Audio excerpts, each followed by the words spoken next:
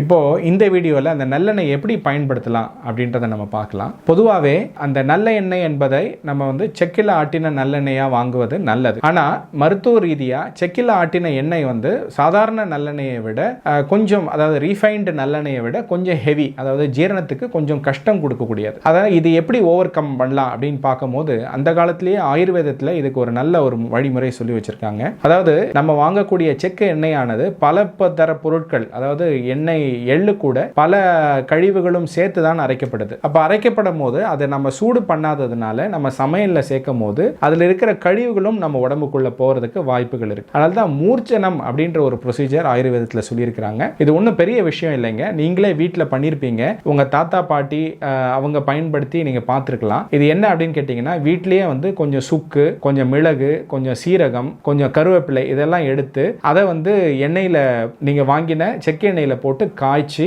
அதை நுரை வந்து அடங்குற அளவுக்கு அதை காய்ச்சி அதை எடுத்து நீங்க வந்து பாட்டில்ல போட்டு வச்சுக்கணும். அந்த சுக்கு, மிளகு, சீரகம், கருவேப்பிலை எல்லாம் அதுலயே கீழே தங்கிடணும். நீங்க மேல இருக்கிற எண்ணெயை வந்து அப்பப்போ எடுத்து ஸ்பூன்ல எடுத்து பயன்படுத்தணும். இதுதான் பெஸ்ட் ப்ரொசீஜர். இந்த மாதிரியான எண்ணெயை பயன்படுத்தினா அந்த செக்கு எண்ணெயில வாங்கக்கூடிய ஒரு பிரச்சனை இருக்கு, அந்த பிரச்சனையும் நம்ம ஓவர் கம் பண்ணலாம். ஸோ நல்லெண்ணெயை வந்து பொதுவாக உணவுக்கு இப்படி பயன்படுத்துங்க.